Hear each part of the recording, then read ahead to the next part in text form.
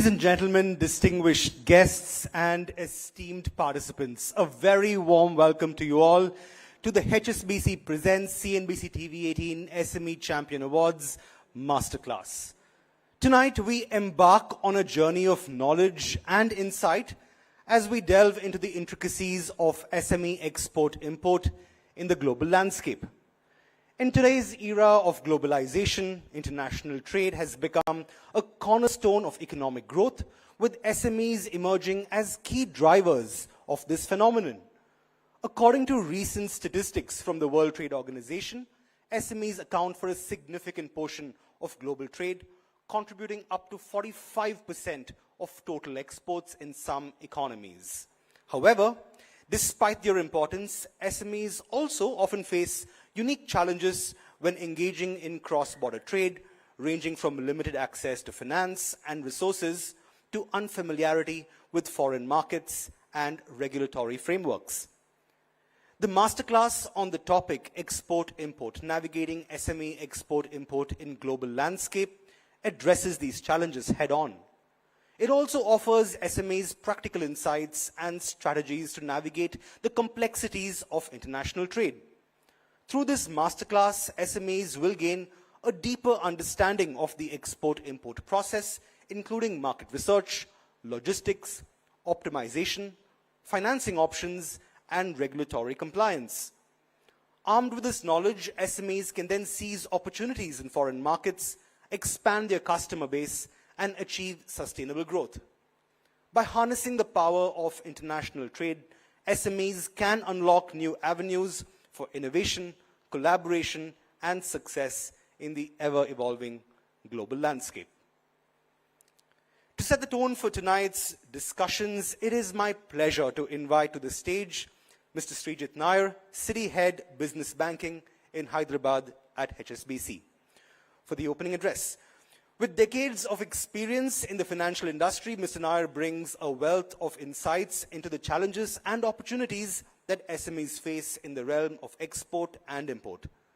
Please join me in welcoming him to the dais.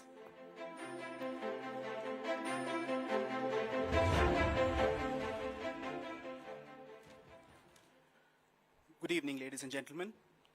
I would like to welcome you all to this curated masterclass on EXIM as part of HSBC Presents CNBC-TV18 SME Champions Award powered by HSBC.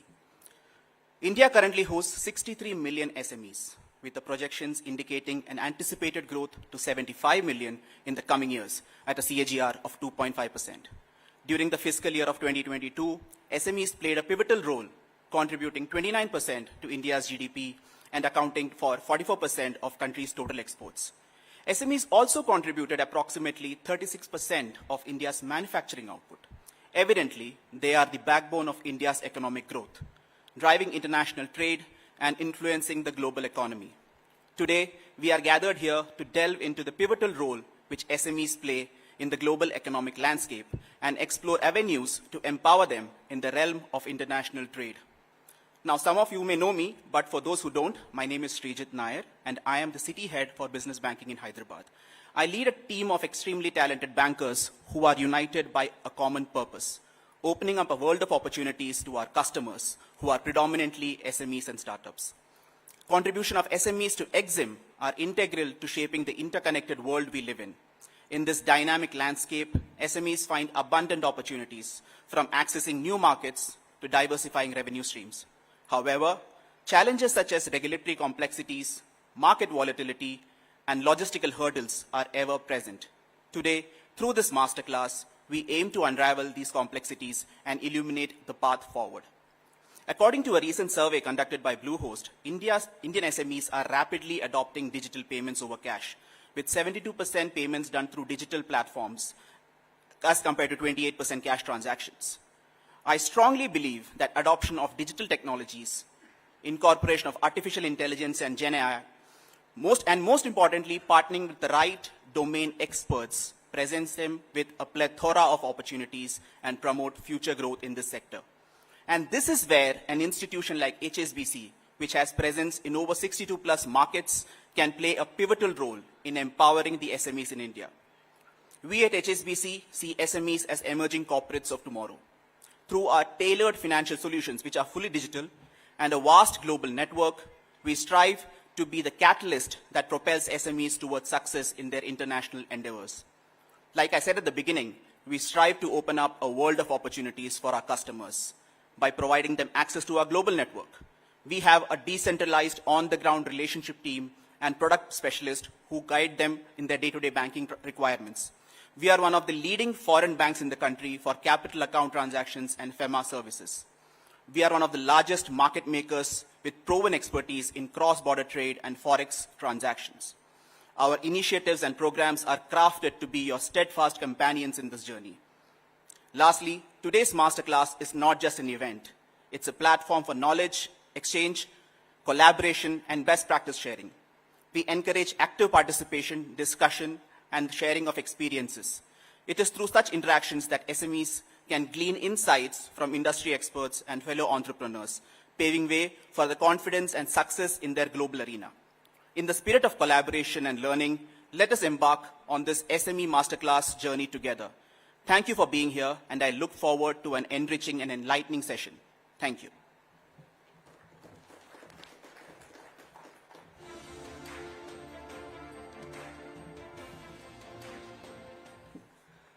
Thank you, Mr. Nair, for those words of enlightenment, because needless to say, those insights have certainly set the stage for what promises to be both an engaging and an informative evening. Now, on that note, with SMEs representing over 90% of businesses worldwide and employing more than 50% of the global workforce, their ability to effectively engage in export-import activities is crucial not only for their own growth, but also for the overall health of the global economy.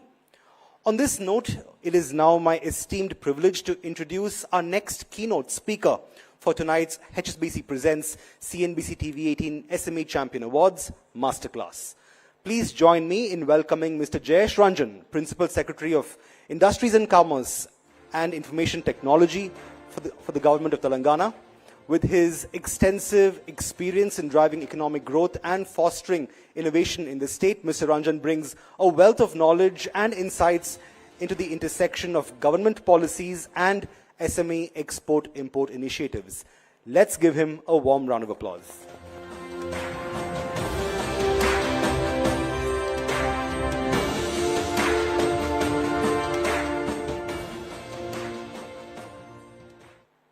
Thank you. Thank you very much. Hand mic unda emana? Is there a hand mic by any chance? As a rule, I don't stand behind podiums, so I'm feeling a bit uncomfortable. But if it is not there, then it doesn't matter.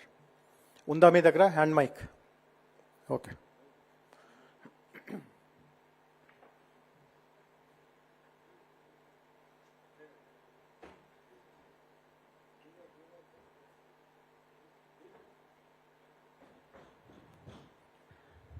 Thank you. So let me begin by congratulating HSBC and CNBC-TV18 for putting together this event, bringing it to our city of Hyderabad. This is also a very relevant theme, a very topical theme, because we are looking at the way India is really capturing new heights literally every quarter, every half year, every year. And of course, MSMEs potentially can contribute quite a lot. So this is also a very topical time to discuss what is happening in the MSME sector and what are the new opportunities, etc. So the first point which I want to make is that the term MSME, of course, we are using SME here, but officially the term that we use in the government is MSME. And it's a very broad term. It hides much more than what it reveals. MSME stands for micro, small, and medium-scale enterprises.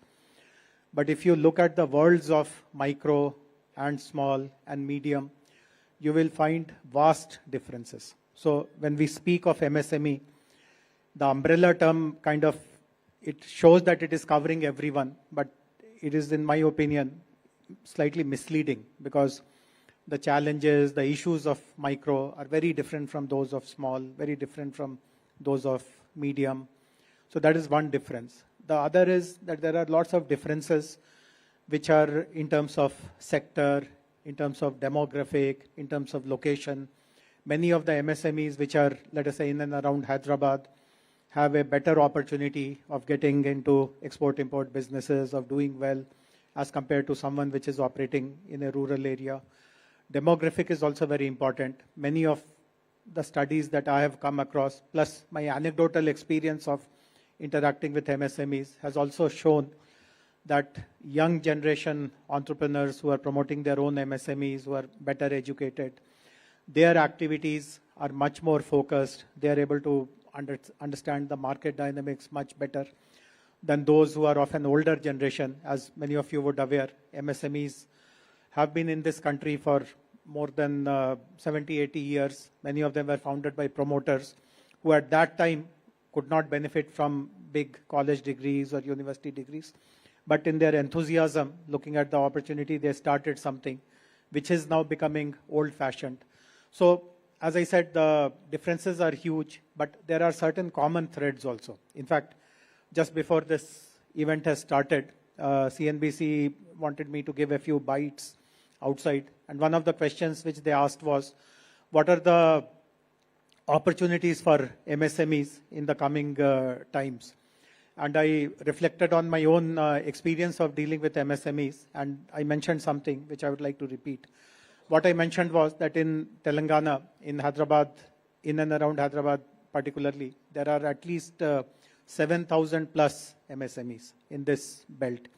Many of you would be aware that this belt, this region that is Hyderabad, got industrialized very, very early. After our country became independent, the Prime Minister at that time, Prime Minister Nehru, he was enamored with the Soviet model of development in which the government itself ran industries, set up big industries. So he was, but of course he had the foresight to decentralize that kind of an industrial development. He set up many industries, large industries in and around Hyderabad. Today we have such a large pharma sector, and it all began with the government in that day starting IDPL here in Hyderabad. We have BHEL, we have HMT, we have so many defense manufacturing PSUs, and so on and so forth. So because of the fact that large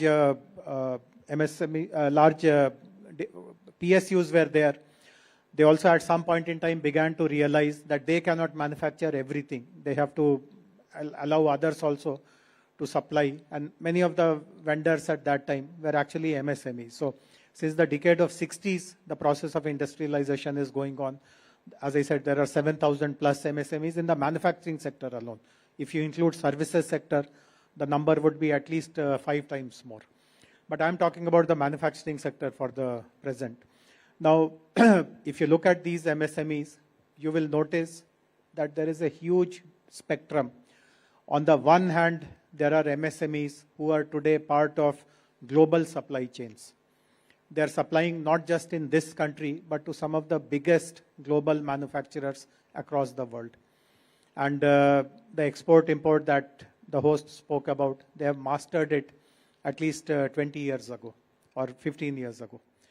But on the other hand, other end of the spectrum, there are MSMEs whom of course, I don't mean any offense or anything, but in the heart of my heart, I still consider them that they are still in the 19th century. They're not even in the 20th century, not even in the 21st century. They're still in the 19th century. So if you look at what is the difference between a 19th century MSME and the one which is today part of a global supply chain, 3 very important differences are noticeable. The first very important difference, which is the adoption of technology.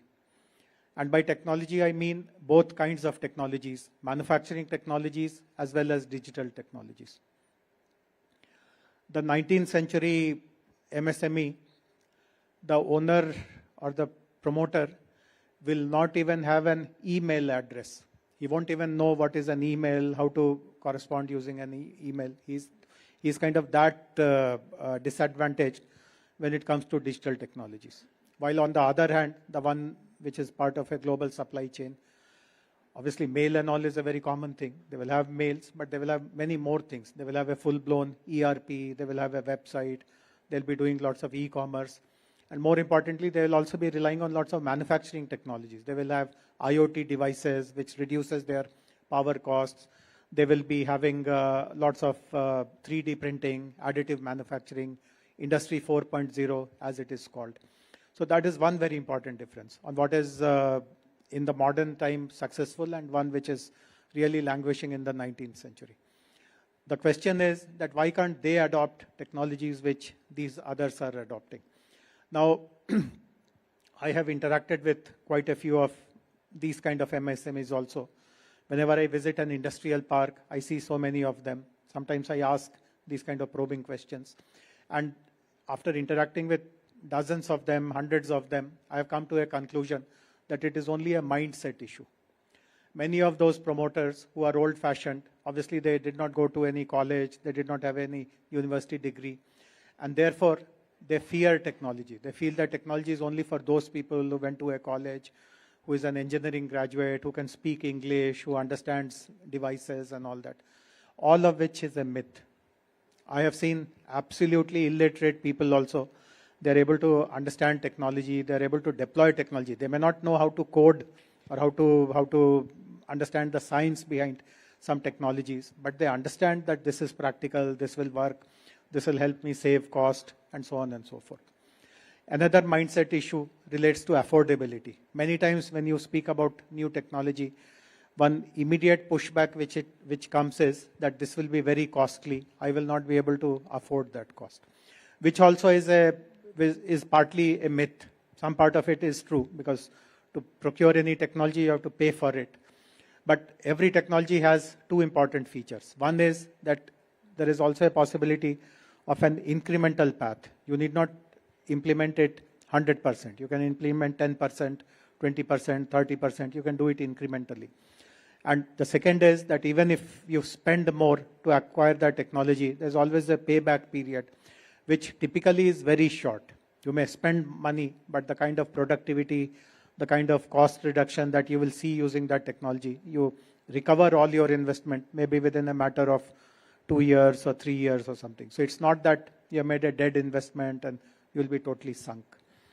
The third very important issue between the 19th century MSMEs and the progressive ones is that they feel that even if they modernize, it will be a very competitive market. They will not have any distinctive advantage. What it means is that they feel that no one will value if they come up with better products or better solutions or better quality products. But again, that is not true. In fact, there are, at least in the sectors which are important for Telangana and for Hyderabad, there are enough market to take new buyers also, new suppliers also. More and more large OEMs today actually want to support local supply chain, because they have also realized that getting things from China or even within India, getting things from Gujarat or Maharashtra, etc., has its own costs, and particularly during this pandemic kind of episode, they also realize that it can be very risky as well. So many of them want supply chains in the neighborhood, and if someone is willing to supply good quality products, good quality solutions, on time, maintain the kind of service levels which are expected professionally, there are enough number of buyers. So these are, in my opinion, some important factors. How do you use technology? How do you accept technology? How do you deploy technology? But of course, it is not technology alone which distinguishes a successful MSME against someone who is just kind of moving along. There are other factors also. How do you pivot from one product to another? See, you must all be aware that startups have completely changed the way businesses are done. Again, if you look at how startups succeed and which are the ones who do so well, they become unicorns, you will again notice this, that their method of operation is very, very dynamic. At the smallest signs of some turbulence in the market or some change in consumer behavior or some regulatory kind of challenge, they are immediately able to change their model, pivot, change into something new. And this is the important learning that we need to do from the MSMEs also, and for the MSMEs also. And many successful MSMEs actually have shown the way. The way a startup is agile, willing to change, willing to modify. They are also kind of doing that. MSME by definition is a small company, and therefore it is not tied up with layers of decision making, levels of bureaucracy, that it cannot do very fast decision making. Management of funds is again a very important issue for successful MSMEs vis-a-vis those who are only kind of managing their bottom lines. How do you really leverage funds? How much should you invest on your own? How much should you rely on debt?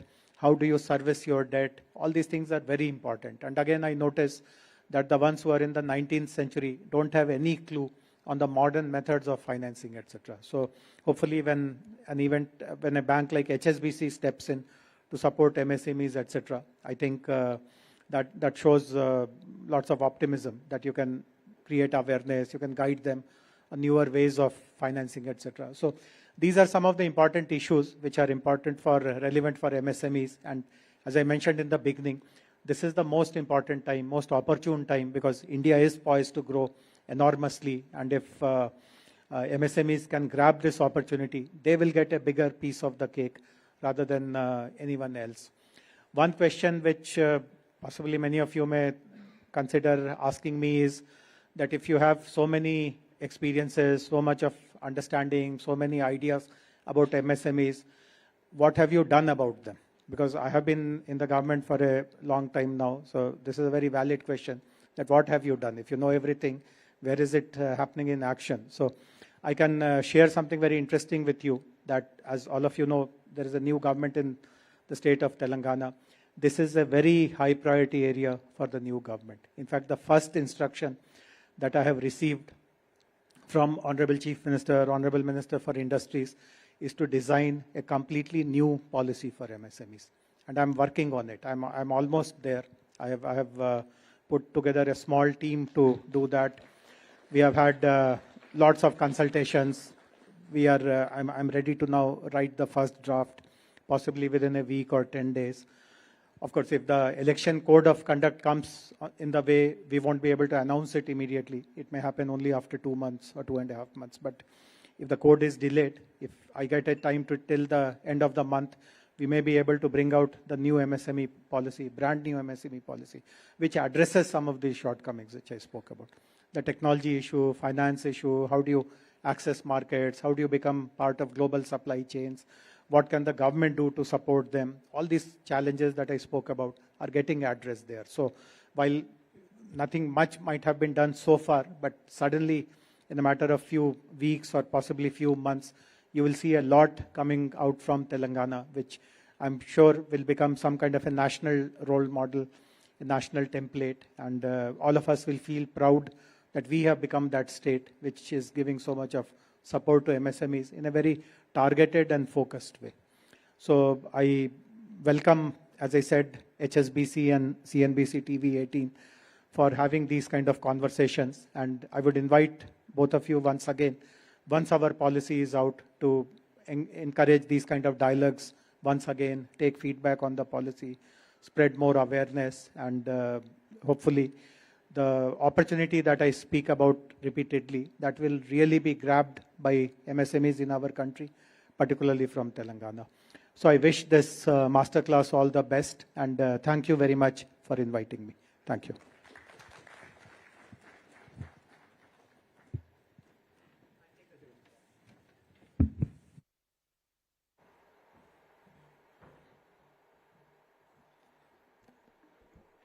Thank you very much, Mr. Jayesh, for that enlightening keynote address, and more specifically for the promise of that MSME policy. I can assure you that is truly something we will look forward to with bated breath, especially given all the potential that lies in the MSME sector.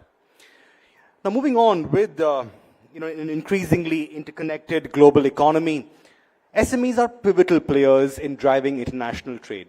In fact, with SMEs contributing significantly to both exports and imports, understanding the nuances of cross-border trade is crucial for their sustained growth and competitiveness. The following panel explores the challenges and opportunities SMEs encounter in navigating the complex export-import landscape, offering insights to empower them for success in the global marketplace. So without further ado, let's dive into our first panel of the evening. This is Export, Import and SMEs. I'd like to welcome for the panel, firstly, Mr. Vaibhav Gupta, Director and Region Head, HSBC Business Banking. Mr. Vaibhav. Let's also give a round of applause to Mr. Mahesh K. Desai, former Chairman, EEPC India. Mr. Mahesh.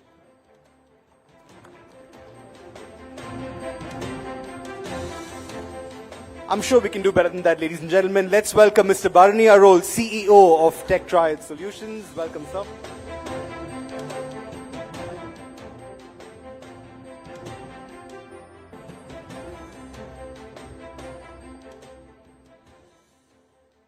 And last but not the least, we also have with us Dr. Rajendra Prasad Sharma, Professor and Head, Management Development Programs, Indian Institute of Foreign Trade.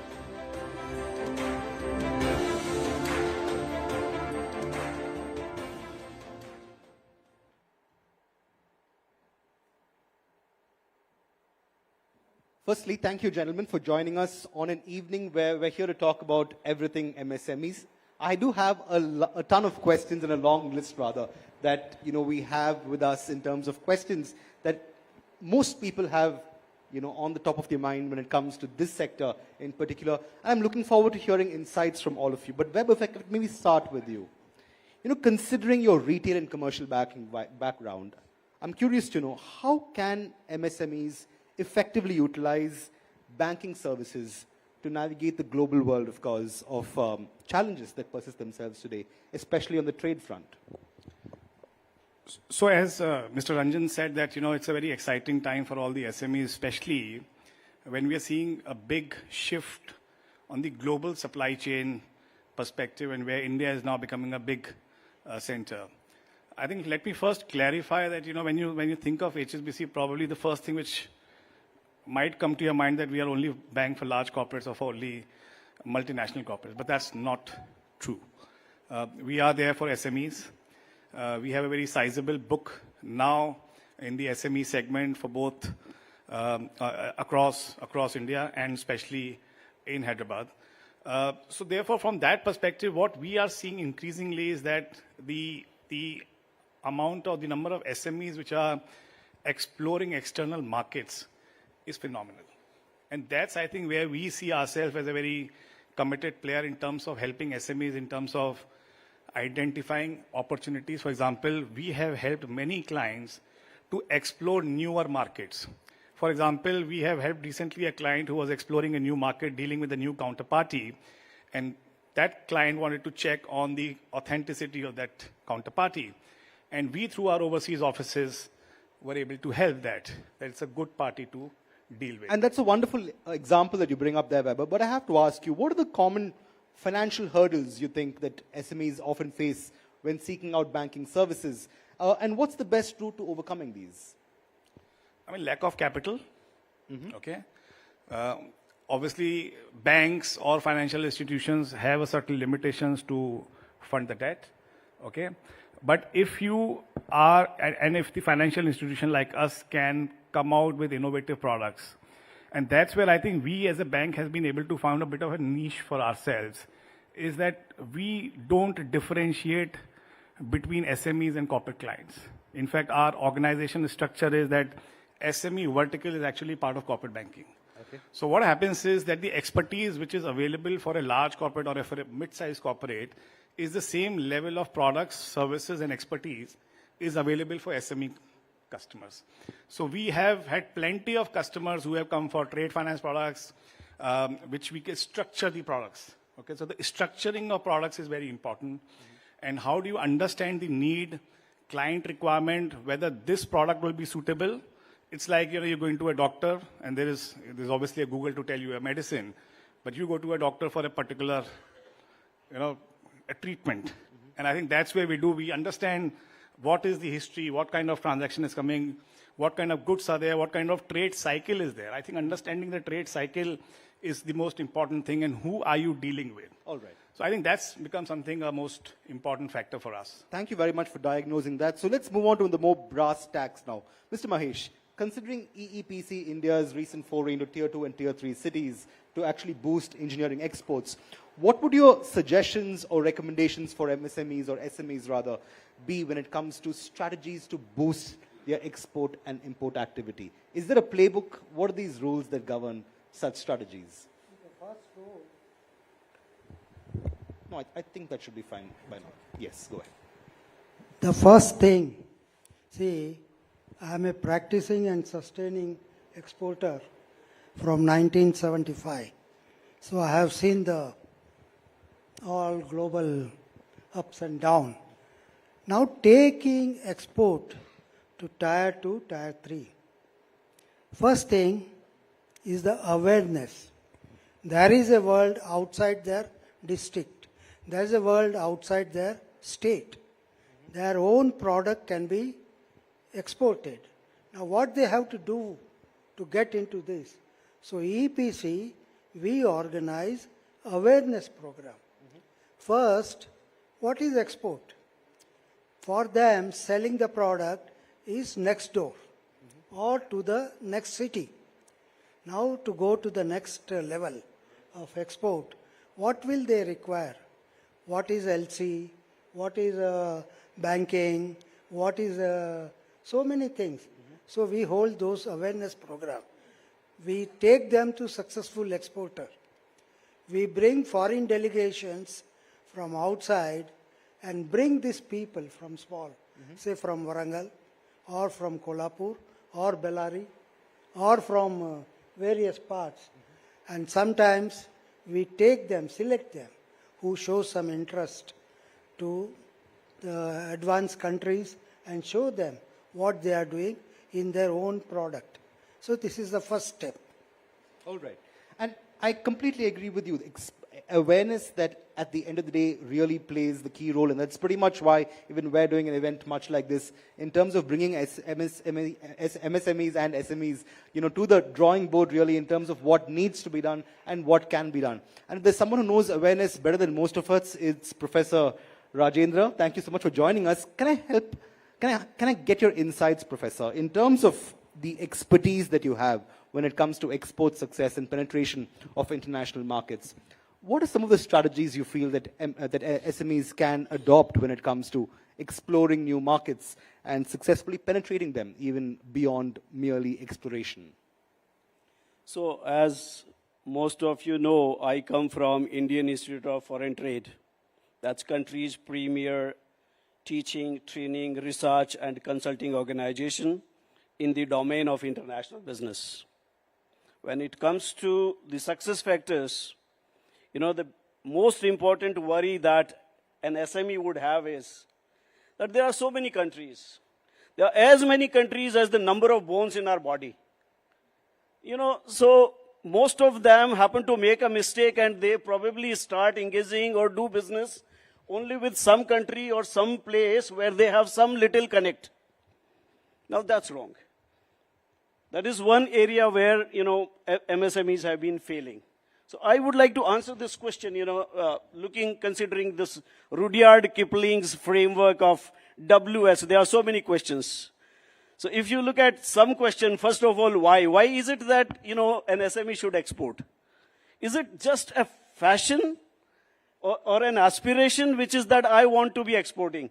Or is it that they really want to conquer the world with quality products, and that too, delivering the promise that they initially want to make?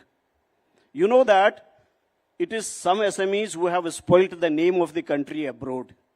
I hope you would agree with me. By promising something and not delivering that, or supplying something else. Spurious, inferior products sometimes.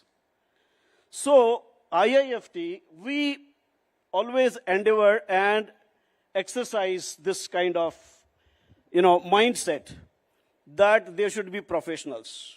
Professionals not just with certification, but you should truly know which countries to get into, what are the risks. Countries can be risky, currencies can be risky, commercial risk is there, cultural risk is there, cross-cultural. So first and foremost, they must know all types of risks. They must know the product, they must know the market, they must know the regulations. And if they then deliberately enter a particular market with the right entry strategy, they will not make a mistake. Second WH is what? If you examine the basket of products and services that we export, they are commodities. Chai, cotton, this, that, agricultural products. But you know, there is very little branding. And it's a crime. I'm a faculty of marketing. I profess marketing. So, you know, we should do little marketing, at least some marketing. I come from Kolkata. The leather belt is just close by. Tons of leather goes to Europe, Italy. It gets little processed there, and they would stamp it as finest Italian leather. Some of that leather finds way back into India, and then, you know, or it finds place in brands like Louis Vuitton and something like that, and then you see what kind of premium people pay. I think it is high time that if our SMEs get aware and professionally equipped and enabled, they should target right markets with right products, with proper branding and well-crafted marketing strategies. Some great insights there. In fact, I'm sure most members of our audience will agree that strict quality checks, great branding could well be the keystones to making this work. But before I go over my next round of questions, Mr. Barney, I have to ask you, I know that you're experienced given your time at HYSCA, but surely there is a role that industry bodies can play really, insofar as boosting the kind of export-import activity that MSMEs can experience even as they chart a new course for themselves. What kind of role do you think these bodies can play in this? Sure. Thanks, Jude. First of all, I'm very honored to be amongst this very esteemed panelists here. And thank you very much for having us, all of us here. Thanks to HSBC and CNBC. Well, I'm not sure how many of you know about this industry body called HYSIA. It is called Hyderabad Software Enterprises Association. I'm the immediate past president of HYSIA. I'm sure many of you know about NASSCOM, which is the IT industry apex body, you know, at the country level. Well, many of you know that, or many of you just can agree to the claim many people make is that IT industry is a blue-eyed industry, right, of any government, whether state government or central government, because they get a lot of incentives or a lot of importance and attention and all that stuff. But as an industry, we also have our own challenges. In fact, when it comes to the MSME, right, there are startups, there are micro organizations which have about 5 people to maybe 20 people, anything turnover less than 1 crore or 5 crore. So we have our own challenges as well. How do we mitigate those challenges? How do we kind of promote SMEs? For example, as everybody said, 90% or 80% of the companies, right, established in IT industry as well are micro and small and medium enterprises. So there's the top 15 to 20% are the larger organizations, which contribute almost 80% to the IT exports and revenues. The remaining 80% contribute just to 20% for now, but they have tremendous potential to be able to grow and add to the overall economic growth. So as industry bodies, they have definitely a crucial role to play, particularly to support the MSMEs. The large companies do not really need a lot of help and support from the industry bodies. Very honestly, from my experience, having associated with industry bodies for 15 years. But the micro and small and medium enterprises definitely need a lot of support. For example, in the area of kind of education or in terms of awareness that the gentleman was talking about, and creating that skilling that is needed at this point in time. Because in IT industry, as compared to the the manufacturing or any other industry, every 10 years we go through a skill shift, meaning the jobs that were existing about 10, 15 years ago in the IT industry are almost becoming obsolete. And whatever is going to be in the next 15 years, right, they do not exist now. So with AI making such a huge impact in the job market, not only in IT, but across all industry, which we will talk about a little later, and a profound impact. So with that said, the IT industry, any industry body association have a very crucial role in terms of providing a platform for networking, skilling, and also very importantly, working with the government, right, for policy advocacy. And I should just give some examples here. I'm part of Hyderabad, Telangana, and Mr. Jayesh Ranjan was here, a very passionate gentleman and officer who, during the pandemic time, and my term as ICA president happened to be only during the pandemic time. So I was called the virtual president of ICA. So that is the way we operated, and the government support was incredible. And when you talked about creating a policy on for MSME, we already had a SME committee formed during the pandemic time, because knowing the fact that MSMEs were really impacted in terms of the cash flow and sustaining the businesses, many of them just kind of, went belly up. To be very honest, though it was not really coming out in the public, but that was the situation. And that is when industry bodies worked with the government to be able to create some via media to be able to help them get some jobs. In fact, two very interesting points there, both policy advocacy and skilling, two of which I'm sure are the need of the hour. But even as you bring up skilling, I have to quickly ask you, Mr. Vaibhav, there's been so much innovation when it comes to fintech today, and that's actually kind of powering the way that we look at tomorrow, especially in terms of facilitating international transactions, which of course are a byproduct of the export market itself. Do you feel there is a direct relation with the kind of innovations that we're seeing today and what it could mean for SMEs? And is there a way of facilitating these in a better manner for these companies? No, absolutely. I think technology is a great leveler. Okay, so technology doesn't differentiate between big and small. And I think that's what we are beginning to see. In fact, as Mr. Bharani mentioned, that the regulators are also very supportive. In fact, today, for many of the transactions, you don't need to submit paper documents to the bank. In fact, you can submit through digital platforms. So banks, for example, we have our own a digital platform called as a DigiTrade, where if you want to regularize your exports or imports, you don't need to submit a physical document to the bank. You just scan the documents, the bank's systems are linked, the DGFT systems are linked, and the RBI systems are linked, and it just happens automatically. So I think technology has been a great leveler. There have been multiple instances of how the global trade is now moving towards technology. In fact, many banks, many financial institutions have created APIs, which will, so you don't need to invest in large ERPs. For example, we have tied up with all the large, ERP players, not just even of the SAPs or the Oracles of the world, but the smaller ERP players also, which typically SMEs used. And it's directly connected to our net banking platform. So you don't need to reconcile separate bank statement and separate export thing and your own accounting thing. It's all interconnected. So we have built APIs which will have a direct interface with your ERP. So there's, I think on technology front, there's endless. We move with the times, no doubt, and we're already living in the future. Yeah. It's only a question of actually delivering this to the people who need it the most, in this case being SMEs. Yeah, in fact, I mean, perhaps not exactly related to technology. Something which we are doing as a bank is that, I think Mr. Ranjan also mentioned about the global supply chains.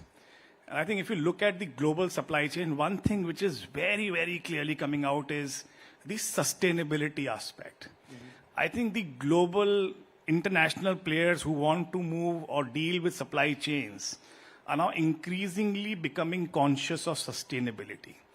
And I think SMEs, both exports and imports, will have to be careful about, if they want to become part of the global supply chain programs, how prepared they are for sustainability. Absolutely. That's a big takeaway from this masterclass, ladies and gentlemen. If you mean business, you might as well be sustainable while you're at it. Yeah. So just one last thing. What we are trying to do is we're trying to work out with an agency which will help SMEs certify that they're sustainable, certified, which will help you when you go and pitch for your products as part of global supply chain. So that's some of the innovations, which we are working, which we call as beyond banking. Banking is done by everybody else. Yes. How can we be different from everybody else? Especially in this day and age, I'm sure they will certainly come in handy. But I have to ask you, Professor, you spoke about how marketing and branding is so crucial to the way SMEs have to do business today. Could you very quickly suggest some marketing strategies that you feel most SMEs can take back home with them, especially while dealing with a diverse cultural, geographical entity that is the world that they export to? See, a lot of marketing strategies, but there is only one strategy that SMEs should practice. That is creating value. You know, it's not like whatever product that we have with sales orientation, by hook or crook, I'll push it into some market. That shouldn't be the orientation which is actually usually there. As against that, if we think of solving some customer problems in some market abroad, then the genuine buyers are likely to buy. We have a recipe as to how to make somebody buy rather than trying to sell. Unnecessarily, my SME exporters are too busy pushing their products. This is one thing that they should create some value. And now if you would ask how to create value, well, through branding, through communication, through quality, by understanding customer requirements, listening to the customers rather than talking much. But Professor, is there a challenge given the diversity of the export markets that the companies are dealing with? There is a challenge. But as I said, there are tools and databases today that out of those 200 countries, which one country I should target? Okay. So you must identify demand-supply gap. Trade maps hai to, International Trade Center has trade maps. All right. And you can see which products have good potential, good demand, and during last 5 years, if your particular HS code is more demanded or purchased from India, you'll also get to check who your competitors are. It's not about pricing at all, let me tell you. But it is definitely about technology. It's about using digital tools. It's at least, you know, during the pandemic we have seen, personal selling was not welcome, it became dead. Particularly B2B, because most of the SMEs use B2B route of exporting. So in that case, virtual factory visits, virtual calls, sitting here in India, that was pretty possible. But something was, you know, making our guys shy away from those kind of situations. But I believe the big takeaway there is create demand, don't push, sell instead. And I think that is something that most companies, I'm sure, will take away from, given the fact that we are, of course, you know, a factory for the world. There is great value in the kind of work that we do. And in keeping with it, I have to ask you, Mr. Mahesh, given the fact that there's so much of manufacturing that happens in India, how do you propose the engineering sector within SMEs can account for a significant portion of the export basket? And how do you think these SMEs can then adapt to global trends on this front? Yeah, good question. First of all, SME has to accept it's a ever-changing global scene. When I say ever-changing, there are three phases of that. One is quality. Second is, if your product is good, but it requires certification by third-party agencies. Suppose I want to Germany, then my product should be certified by German agencies. So the acceptability increases. And third thing is consistency, as somebody spoke. Now, how do we maintain consistency? I'll only restrict myself to being an engineer, only to engineering product. About commodity, I have no idea, sir. I cannot talk about it. So play to your strengths. So these three things.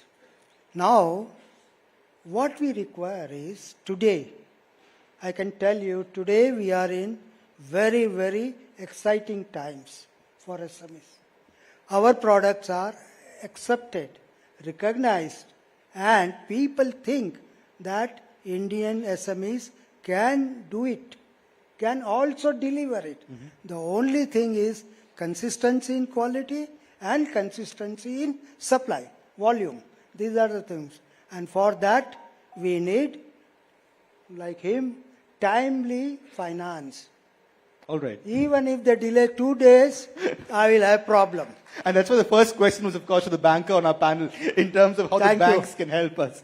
Very interesting insights there. Consistency, no doubt, is the key. And also timing. And given the fact that we are, in fact, having this at a very interesting time for the world at large in a post-pandemic era, Professor also spoke about how we adapted to the ever-changing demands of the pandemic between 2020, 2022. My last question to you, Mr. Barani, before we open up the floor for questions. What do you think the pandemic has taught us in terms of SMEs adapting, evolving, and more importantly, changing to, what the global demand was? And what do you think we can take away from those learnings in those 2.5 years? Well, in my opinion, I also have a company myself, and I consider to be part of the SME community.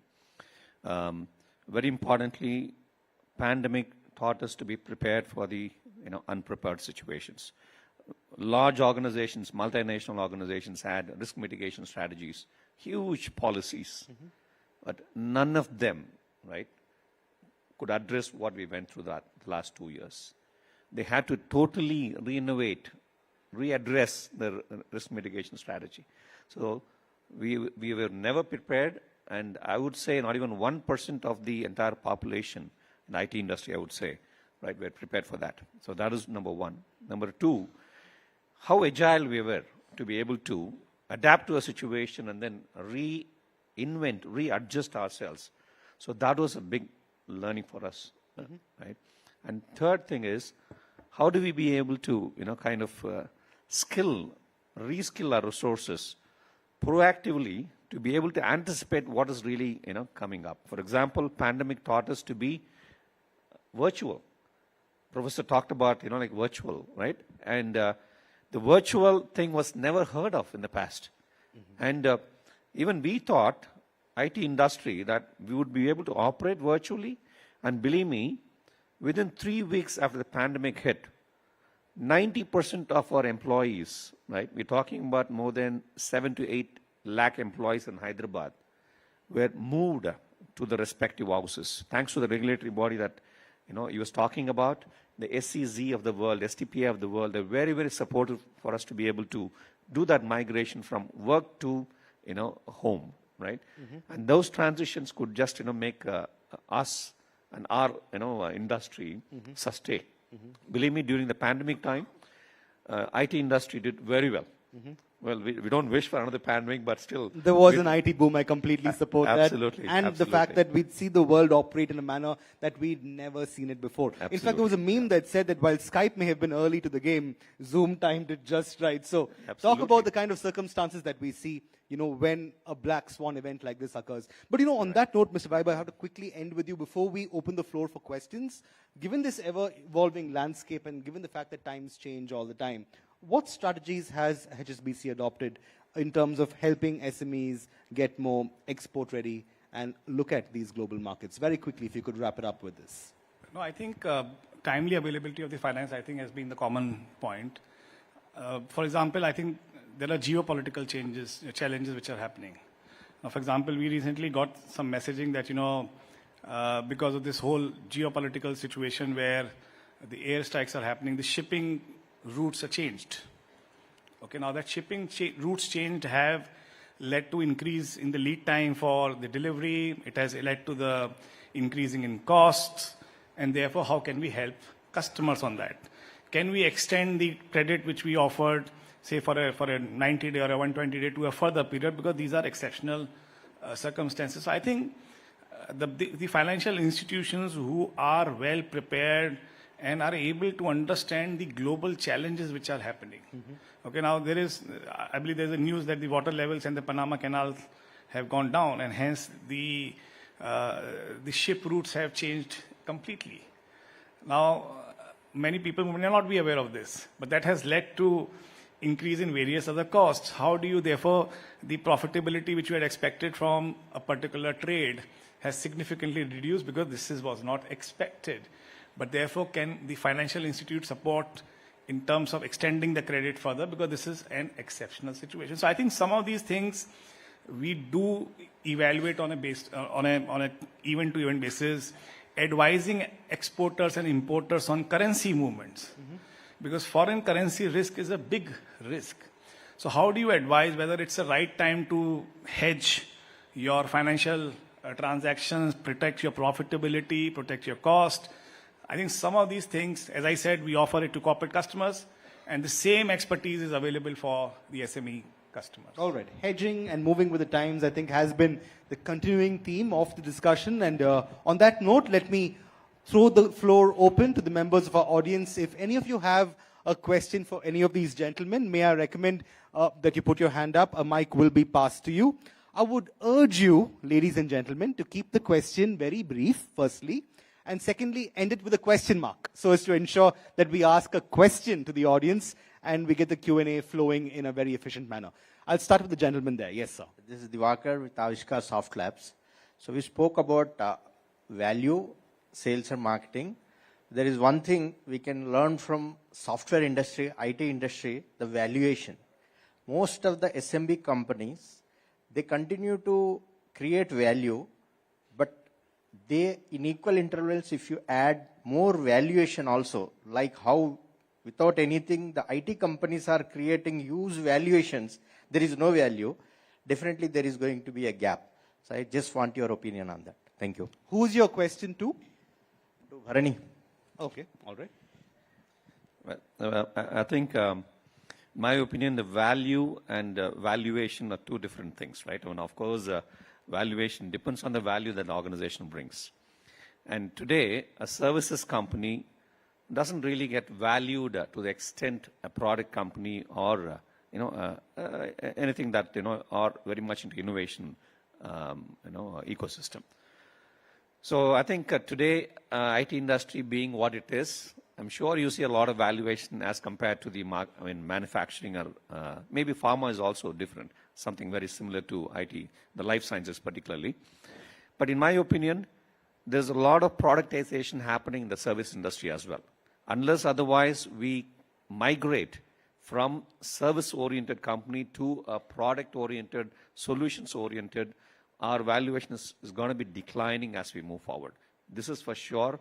ITS industry will not be the same in the next 10 years, right? Particularly a company will not be the same in the next 10 years if you have not already taken up the journey in the innovation life cycle, adopting to the latest digital technologies, and AI is going to be a key, business growth driver, and also from a valuation perspective. Focus on AI then. Yes, sir. Let me have the mic to that gentleman over there. Could you state who your question is to first and then ask the question? Yes, questions to the bank manager lying here, staying here. No, Mr. Mahesh? Yeah. Or Mr. Vaibhav? Vaibhav, yeah. Yes. I am actually from university academic sector. As you know that universities are huge human resources. They are the future of the country. The question is whether the HSBC can support the IPR for faculty and students, and then take some 5% share from the patents filed, patent granted, so that all the expenditure involved in IPR filing by the universities, academicians, they don't have money, so you can have. So it's a win-win situation. So tomorrow they have become an entrepreneur and then start a business, so you have your share with you. So what's your opinion on that? Can you give a grant? Can you give a grant to the university such that IPR will be a big promotion? Yes, sir. Yeah. So I'm a bank, sir. I'm not a private equity or a investor.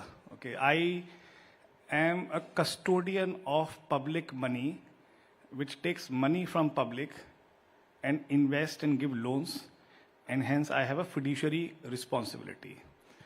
I think your question from the theme perspective is excellent. But I think as a bank, I have certain challenges, okay, that I can't invest. I have to have a separate arm for that. Therefore, at this point of time, I don't think so, at least in the banking sector, there is a requirement or there is some thought over that. However, the second point which you mentioned in terms of grant and all those things, I'm not sure if some of you saw the videos. For example, we have, as a bank, given a grant to IIT Bombay for green hydrogen research. In fact, I am aware of, because I've recently moved from Chennai to Bangalore, but we work very closely with the IIT Madras ecosystem. And by the way, IIT Madras is doing some phenomenal work on both technology and entrepreneurship. So we have got involved with them for some of the grants which we do, which is part of a CSR project. But I think to take a stake or an IPR license, we, as a bank, sir, don't understand all That's these. not on the table just yet. Sure, very briefly, sir. Very briefly. So I think it's a wonderful thought, gentlemen. You see now, government has a mandate, right, of 2% CSR. Every organization, 2% of their last 3 years, 4 years, an average profit should be kind of contributed towards like many different sectors. They've already just mentioned what they are. I think they should skilling is one. And this should be definitely thought about, right, in terms of adding to that CSR 2% bucket, which would really encourage the academia and the students and to be entrepreneurs, right? I think it's very, very important. India needs a lot of IP, and we are really lagging behind in IP, right? And I think compared to the US or the Western countries and China, we are way behind. I think that would really promote. Thank you for Mr. asking that Mahesh question. had something to say. Sure, go ahead. Your mic is on. I will address to the professor question practically. There is a 1 lakh crore fund announced by central government for innovation, because I also work with the central government. I am on 13 committees. So we have advocated this innovation fund for SME exclusively. And my own company is working with IIT Hyderabad on some research lab. So we finance from our company, apart from support from the government. 2 students, one is ME student and one is bachelor degree. They come to our industry, interact with us, they go back, our people go to them. This is what is known as academia-industry interaction. It's taking place with MSME. And my own company has got IPR, and we got some finance from bank against that IPR also. So there are options on the table, both in terms of partnerships, and the CSR route, of course, is very much open. I think I have time for 3 more questions. The briefer they are, the more I'll be able to take. Can I start with the gentleman right there? Yes. Go ahead, sir. Right here. Yes. Yeah, thank you. Go ahead. Yeah, Afzal from Calorie Tech, startup, essentially a micro enterprise involved in cooling systems for lithium batteries. So my question is to Mr. Gupta. Sir, when I import or export to a country where I cannot do due diligence by visiting there, how can I do it? Sitting here with somebody in India. That's my first question. My second I'll have time for 1 question. We need to do a sweep of the audience. So let me get Mr. Gupta to address that question first. Go ahead. Yeah, so you can approach us, and it's all obviously on a best effort basis, not from a committed basis. So what we do is we liaise with our customers, with our colleagues in that country, and to find out whether there is a publicly available database in that country which can help, provide more information on the financial solidness of that counterparty which you are trying to deal with. And I think I gave an example where we recently helped a company in terms of giving them a solid confirmation that, yes, this is a counterparty you can go ahead and deal with. In fact, some of our customers also now started approaching us. For example, recently we helped a customer in Coimbatore where a German company approached through a German corporate banking RM that he is looking to outsource a product to India. It was a die casting product, which Coimbatore is very famous for. So we introduced 3 clients because we didn't want it to be partial to just 1 client. So we introduced 3 clients on a obviously no typical banker disclaimer basis. And the German client selected 1 counterparty, 1 customer of ours, and gave an order of $1 million transaction. So these are some of the things which we actively do for our customers, giving information on counterparties which they want to deal with for the first time. I believe the gentleman here had a question. Yes, go ahead. Right here. I'll come to the 2 gentlemen in the back in just a bit. Yes, go ahead, sir. Very briefly, please, your question. Hello. Am I audible? Yes, you are. Go ahead. My name is Kaleem, and this question is to the gentleman from IIFT. Professor. So, you said that, our products are, really great products, but we are really underrated. What is the measures IIFT is doing to basically get good value to our export? That's my question to you. A quick list of the measures, Professor. See, we do a couple of things. We provide comprehensive capacity building for the first time exporters, wherein they get to, first of all, understand which markets to get in. 2, then how to get buyers. 3, developing certain specific skills like marketing, negotiating, because usually what our exporters do, they respond to a requirement for quotation. So basically buyers look for a quotation and they submit a quotation, which we advise strongly no. I mean, shouldn't submit a quotation unless you have understood my value proposition. So I must get an opportunity to present the value, okay, discuss that value so that I get to know your problem. And when you relate that, then the willingness to pay on the part of the buyer is pretty high. Okay, and then not only creating value, but also communicating value. You may have an interesting product, but the customer doesn't care. You know, it would be like winking at somebody in the dark. Only you know what you're doing.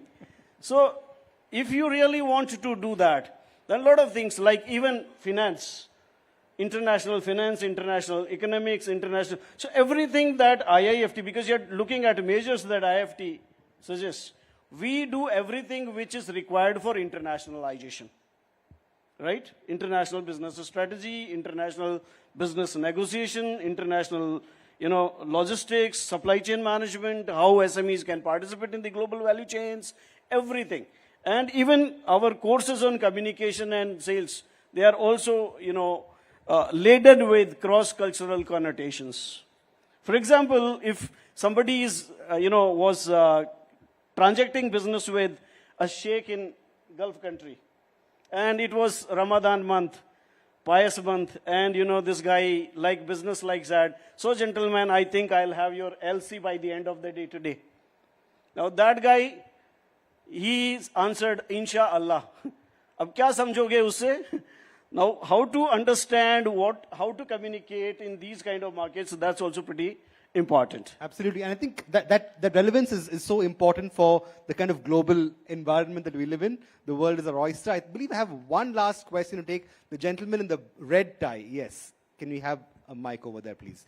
And I can assure you that all these gentlemen from the panel will be available for networking soon after. So if you haven't caught up with them for a question, feel free to do that after we're done. Yes, sir. Your question, please. I'm Suresh. My question is clearly for the banking sector. Okay.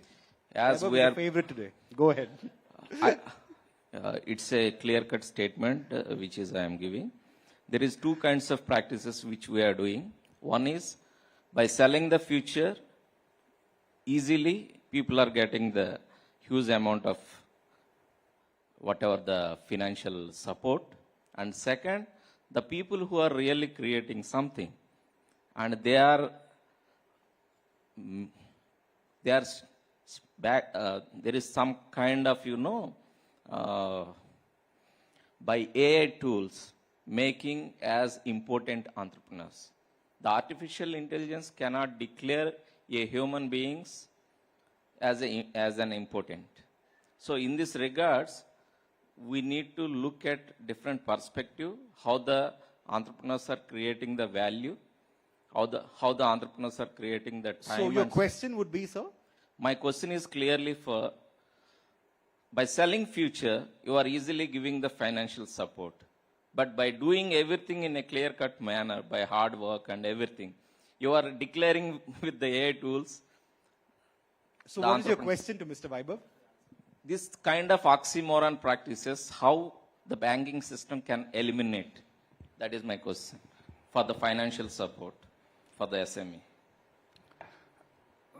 So if I am able to understand your question, is that how are we merging the new decision-making tool to a conventional decision-making tool? Yeah, surely. Conventional and valuation-based. Okay. Is there a middle path that can be treaded on? There is. Today, the reason why India is being looked upon in a very high regards is because of our data transparency. I mean, frankly, I as a banker is far more comfortable in lending money today what I was many years back, because I have now multiple sources of data to check what you're presenting in your financial statements. I have GST, I have MCA data, I have your income tax return, I have your CIBIL checks. Okay. Now, how do I merge this data to arrive at a financial decision? Okay? And I think that is what is happening. Obviously, there is an element of judgment. Okay? When you go and meet a client in its own premises, when you see the business, there is an element of confidence which data gives that yes, that this is the right entity to lend money for. And hence, we are now in a very interesting times where data is now giving a lot of support.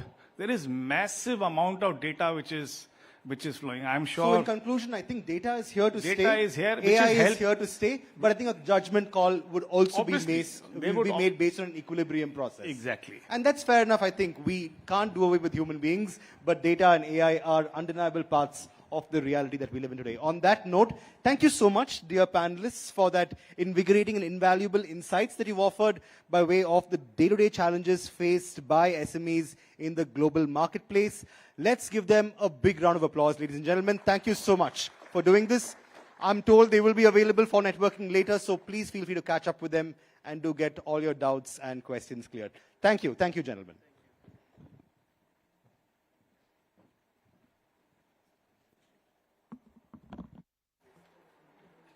You can take your seats back in the audience.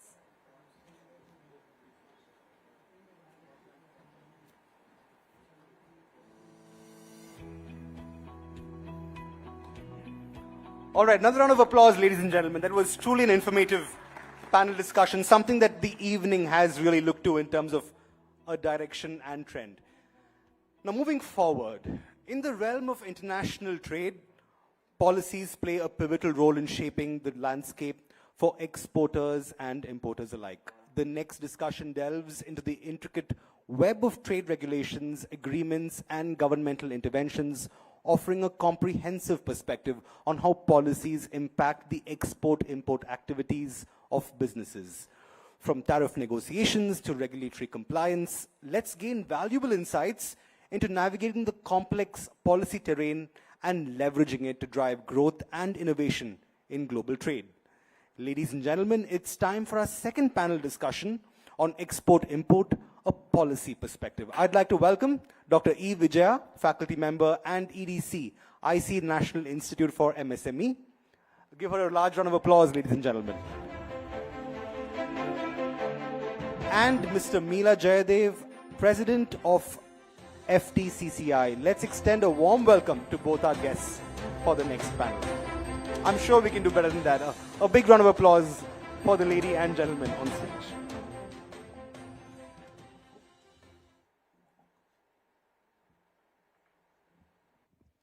Thank you so much, firstly, for joining us for, I'm sure, what is meant to be an invigorating and informative panel discussion, especially this evening. Dr. Vijay, let me start by asking you, with your expertise in MSME policies, could you provide an academic analysis of how the public procurement policy, which mandates a 25% annual procurement, as far as MSMEs are concerned in terms of government entities, how has this influenced MSMEs' export-import operations? Other policy enhancements that you'd like to recommend for better efficiency? Yeah, first of all, thank you very much for inviting me this panel discussion as a panelist on behalf of National Institute for MSME. National Institute for MSME, as we are knowing about the pioneer institution for the promotion and development of micro, small and medium enterprise.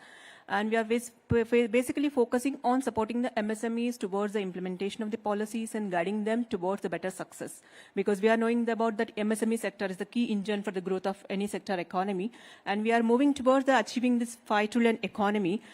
Making this MSME to be sustainable with global chain is very important aspects towards in the export scenario. So you are regarding this public procurement policy.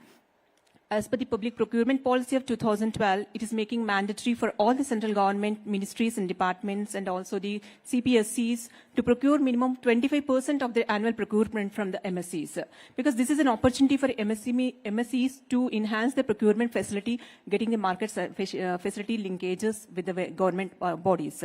So as the 24% of annual procurement, wherein 4% of procurement should be from the especially from the SC/ST entrepreneurs and 3% from the enterprises which led by the women entrepreneurs. This is a great phenomenal policy which is supporting for the MSCs because 25% of annual procurement, right now we are seeing from the various ministries and CPSCs, nearly 33% of the annual procurement from various ministries should be done from the MSCs. But when coming to the SC/ST entrepreneurs and women-led entrepreneurs, it is only of 0.6% from the SC/ST entrepreneurs and 1% from the women-led entrepreneurs. So to encourage these SC/ST entrepreneurs, the government has come up with various policies towards coming up with various schemes, like National SC/ST Hub Scheme, especially to support the SC/ST entrepreneurs to participate in the public procurement policies to get the benefit under that particular regime. And as we are knowing about that new policy where we are going with more transparency, the government has making link up with the GEM, Government E-Marketplace. As you are knowing about this an online platform where the government has to make procurement only through the GEM portal, which will be more transparent and resilient. So with this policy achievements, the government is making the MSCs to clear the procurement policy. And also with the regarding to finance also, we are knowing about the CGT MSC like a credit guarantee trust for the MSCs. It is also one of the great initiative. We are very happy that for the year of 22-23, it has extended the credit of more than 1 lakh crore. So it is gaining a great impetus in the present scenario. So to support this only, the government is encouraging the MSCs to go with the schemes and also the support services what is providing for the procurement and also the marketing assistance, which will definitely cater the services for the enhancement of the MSCs in the future. I think transparent procurement, no doubt, is the big takeaway really as far as government schemes are concerned. And that makes me ask you, Mr. Meela, in your new role as president of FTCCI, what government initiatives do you believe are crucial for SMEs to actually go about expanding their export growth? Yeah, Telangana government is giving the good lands different places. That's very nice. And SME, if we are starting to get some funds from all the banks, and first off, we should have some funds. Without the investing our funds, always everything, subsidy is coming and bank loan is coming. All these things we should not think. First of all, we should have some money with us. Then only we have to start the SME, whatever unit is there. Right. Otherwise, we'll have the later problem will come. If once we start the SME unit, first you have to supply manufacturing, whatever it is, nearby transportation, which is coming less transport. Then we will get the good benefit to that. Later, you can expansion day to day. And today is the SME, later it may be medium scale. We should not stop that. And my humble request to all the members who are starting in the SME, we should not remove the money from the industry immediately. Whatever the money profits are coming, we have to invest that only. Again, expansion. If you remove the money to other sides, that industry will be collapsed. Words of wisdom, no doubt. Money makes the world go round, so ensure you have a lot of it on your balance sheets. No, that is more important. Absolutely. And, yes, sir, go ahead. And market, whatever it is there, don't think it is a small. Today will be small, 1 rupee. Tomorrow it will be 100 rupees. Absolutely. Yeah. And the power of compounding, no doubt, cannot be overstated. But how do you feel SMEs can effectively leverage technology in terms of boosting their export growth, especially given the digital world that we live in, Mr. Meela? Yeah, nowadays digital technology increasing so much, increasing. We have to utilize that technology. Today one technology it is, tomorrow it is again. Immediately we have to shift that. Otherwise the problems will come. Whatever new applications are coming, immediately we have to change that. We should not wait for that. Then only the industry will grow. Otherwise it won't be. Okay. When I has taken my small idea, my industry also SME, when we have purchased one computer, my father and I went to Wipro computers, they are having 8 people who are convenienced to me to take the system at that time. At that time we think we are taking the 10 MB hard disk, 10 MB hard disk. 8 people of Wipro people are convinced to take 20 MB. Okay. Then 20 MB, my father and all these things, no, double now it is a cost. No, it won't be. Now, why that I'm telling this, technology is changing immediately. We have to change. Absolutely. And to think that 20 MB was a lot of space back in the day. Now 20 MB is nothing. It's nothing, absolutely. Move with the times. I think that's the overarching perspective. But Dr. Vijay, let me come back to you. From an educational perspective, what are the strategies you think need to be implemented to effectively meet procurement targets, from MSMEs co-owned by, members of the SC/ST community and women and entrepreneurs? And how do you think these strategies will impact their participation in exports and imports? Yeah, when you are seeing the data, as I'm saying, the 25% of the procurement from the MSCs, wherein 4% from the SC/ST entrepreneurs. But when we are seeing the contribution, that is 0.6% only. For that only, they have come up with this SC/ST scheme to encourage the SMEs to adapt the procurement strategies. The major problem here, the hurdle, is the lack of awareness.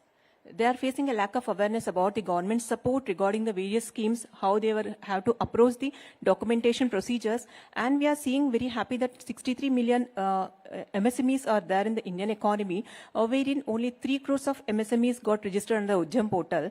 And majority of the micro enterprises, those who are in the rural areas, they are facing a lack of awareness about the information asymmetry and also the knowing about the government schemes and regulations.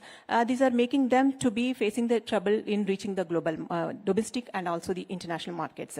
The first thing is creating an awareness is very, very important, and also making them to aware about the schemes and the subsidies, what the government is providing them regarding the products and services, and also knowing about the ease of doing practices, what the government is encouraging the MSMEs and also the startups. Even in the GEM portal also, we are having a separate entity of startup runway, wherein the startup can also be displayed their products and services to the government buyers. So basing upon the new technology innovations, so that they can also be a part in the procurement of the government market, so that it will facilitate him to reaching the global markets. And the second most important is the local resource utilization. And this concept I can link with the ODOP concept. We are knowing about the one district, one product, where we have to keep a more district-specific product so that we can encourage the local people to utilize the local resources. Definitely, it will be leading to balanced regional economic development. And as trainers, we are also having a visit to Indonesia as a representative from Ministry of MSME. And when we see the SME practices, what the country of Indonesia is adapting. Indonesia is the country's population is not the population of Telangana state.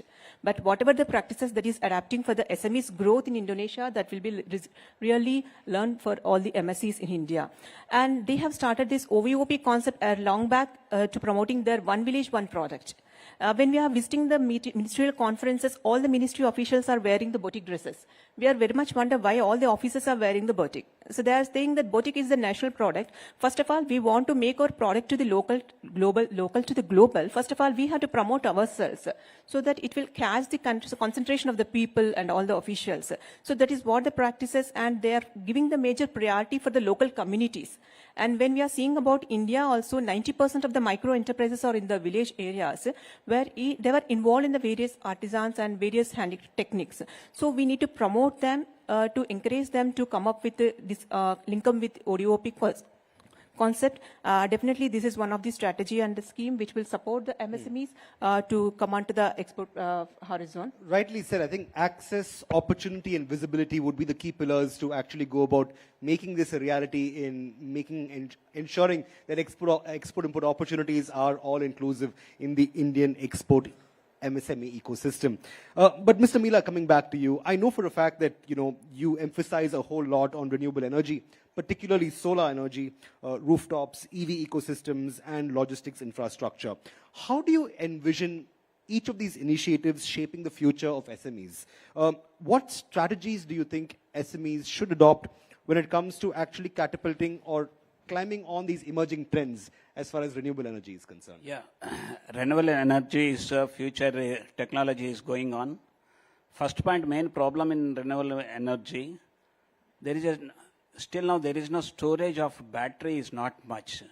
And R&D is going on. If battery storages will start, abnormal solar cells will come.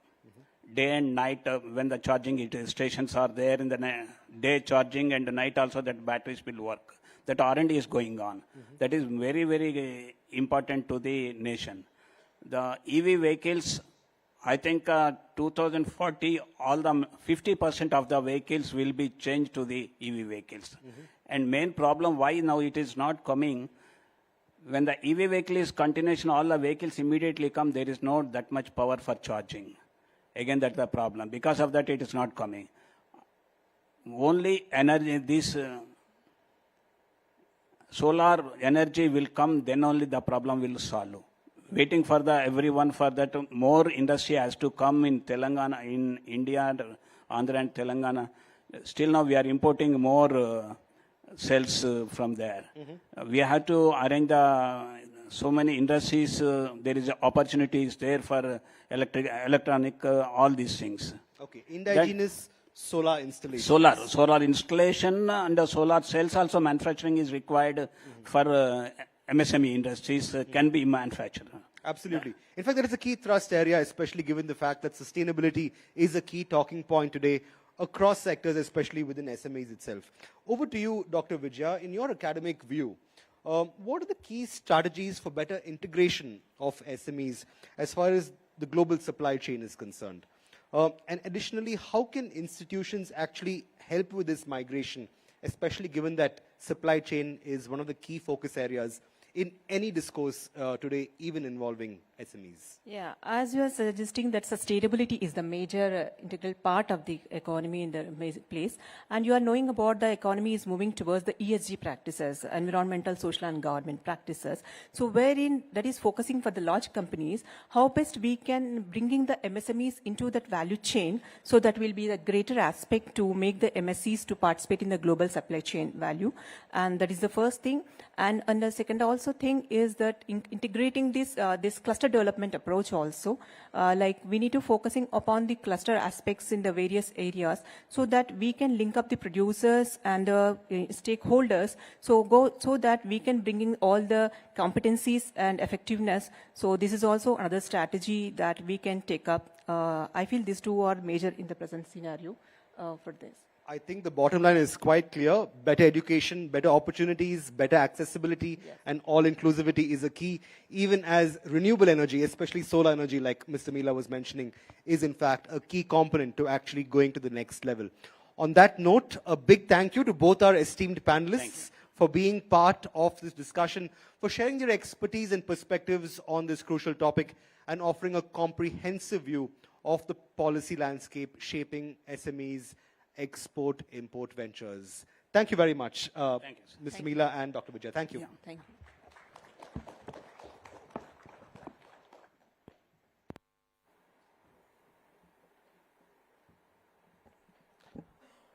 On this note, it's time to wrap up the evening, but just before we end, I'd like to invite Mr. Vineet Sinha, Head Transaction Banking, HSBC Business Banking, to enlighten us with his closing remarks. Mr. Vineet.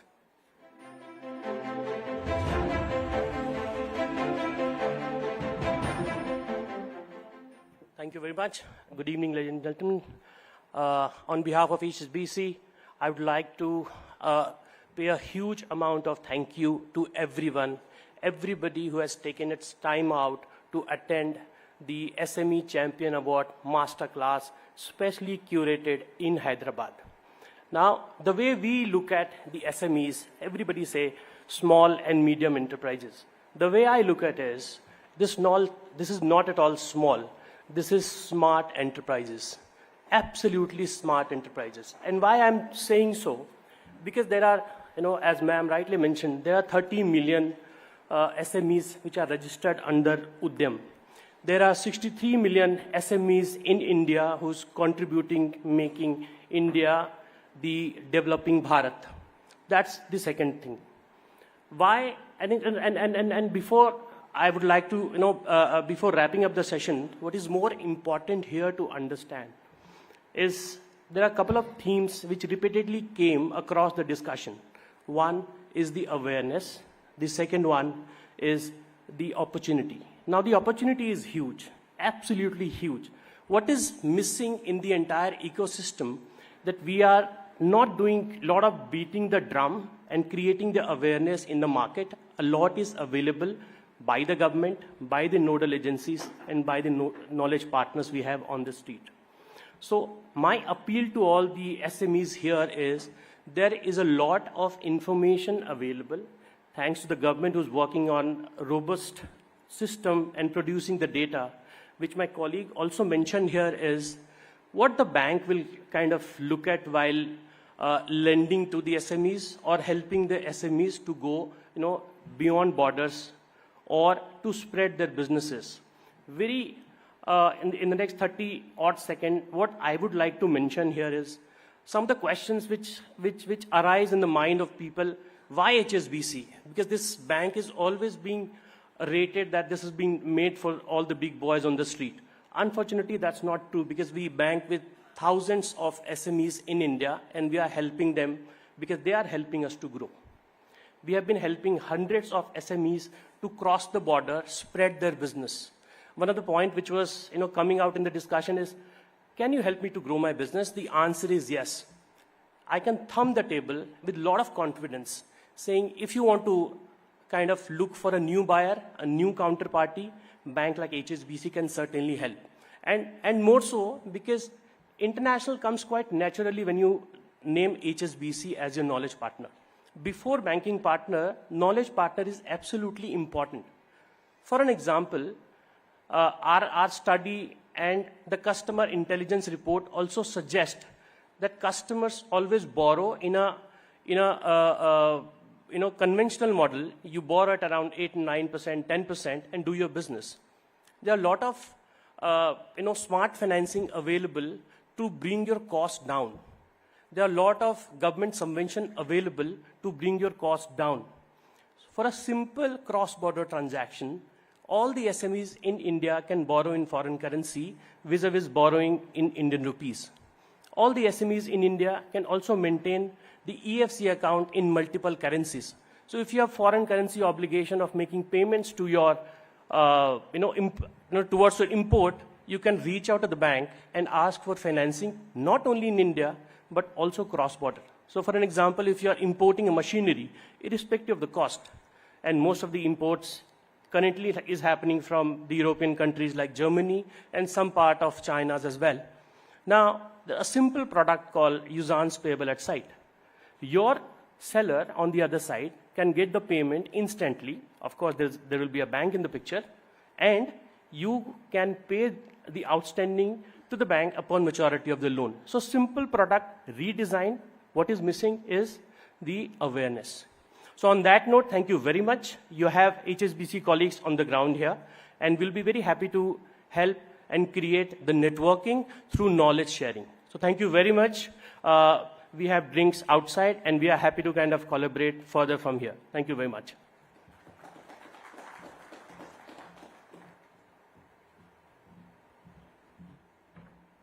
Thank you, Mr. Sinha. Like you mentioned, I think awareness and knowledge would be the key criteria that we look forward to as we go ahead. But before we conclude, it's time to enjoy the cocktails and dinner. Thank you very much for joining us for this evening. Give yourselves a huge round of applause, even as the evening continues for further networking discussions. Once again, ladies and gentlemen, thank you so very much for being here. Thank you.